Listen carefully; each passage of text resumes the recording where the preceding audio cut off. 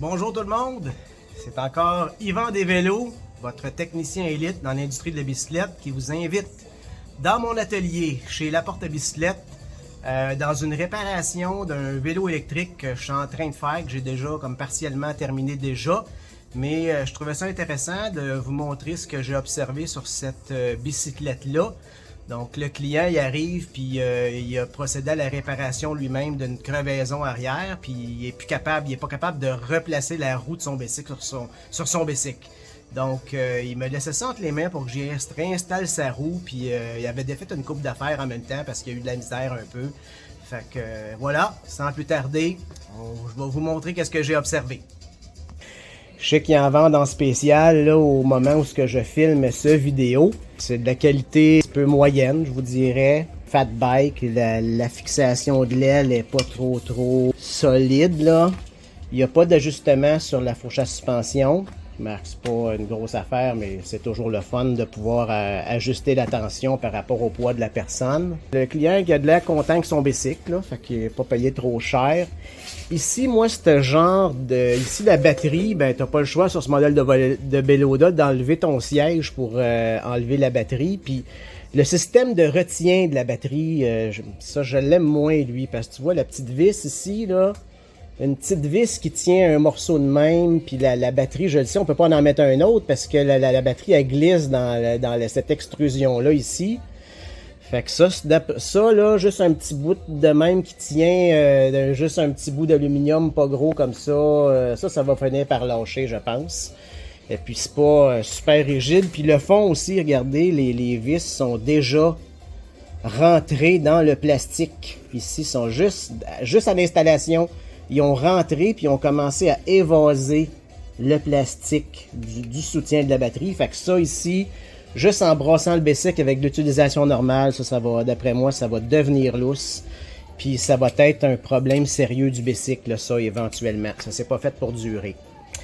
Un autre défaut important que je vois, c'est que quand la chaîne est sur la première vitesse ici, la chaîne, elle touche au pneu quand on pédale. Ça touche à l'aile, puis ça touche au pneu. J'ai pas le choix, là, dans ce cas-ci, je vais barrer la dernière vitesse. Ça va devenir la vitesse numéro 2. C'est plus facile, parce que là, ça n'a pas d'allure que le bicycle vienne de même, puis que la chaîne touche au pneu quand on pédale, là, puis qu'elle touche à l'aluminium de l'aile. On choisit quand même un bon dérailleur pour un bicycle de cette qualité-là, puis un bon levier de vitesse. Mais c'est des full gain. Surtout ici, le frein arrière, ça c'est des freins à câble. Ça, quand la gaine tourne comme ça en 90 degrés, retourne, et puis, tu sais, il y a beaucoup de serpentins dans la gaine, puis là-dedans, il y a un câble. Puis là, quand on a ça, ben, il y a beaucoup de friction dans le système, puis connaissant les vélos en général que je répare, je suis certain qu'il n'a pas été monté dans la graisse en plus. Alors, juste en pesant, je m'en rends compte, quand je pèse sur le frein, là, je la sens, la friction. Puis quand je pèse aussi sur le levier de vitesse, là, je le sens qu'il y a une résistance dans les câbles. Parce que c'est des full gaines, là. Même ici, la gaine ici est faite un petit peu trop courte, là, elle la cote pas dans le fond de la butée, là. Fait que c'est comme... il manque, vous direz, quasiment 1 centimètre de longueur de gaine là-dessus. Je la tire ici, peut-être un peu, ce serait un petit peu moins pire, là, mais quand même, elle va revenir, puis elle va retirer quand même, juste en voulant tourner le guidon. C'est des petites erreurs que je vois sur les bicyclettes que je répare. Fait que ces bicycles-là aussi, souvent, les béquilles sont lousses. Celle-là est pas encore lousse, là. Pour moi, il a dû la resserrer, le monsieur, déjà. Sûrement.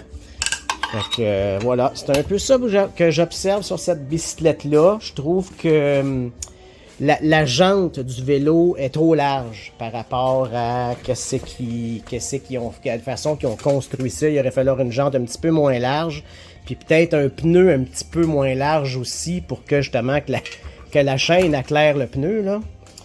Tu sais, un alignement de chaîne un petit peu mieux que ça. Ici aussi, je sais pas pourquoi que la fente du tube de sel est comme sur le côté d'habitude. On la voit en avant ou en arrière, là, tu sais. Fait que ça fait que le petit ajustement ici pour la pression du tube de sel est un petit peu sur le côté. Remarque Je pense pas qu'il accroche sa jambe avec ça en pédalant, là, mais quand même, c'est un petit peu...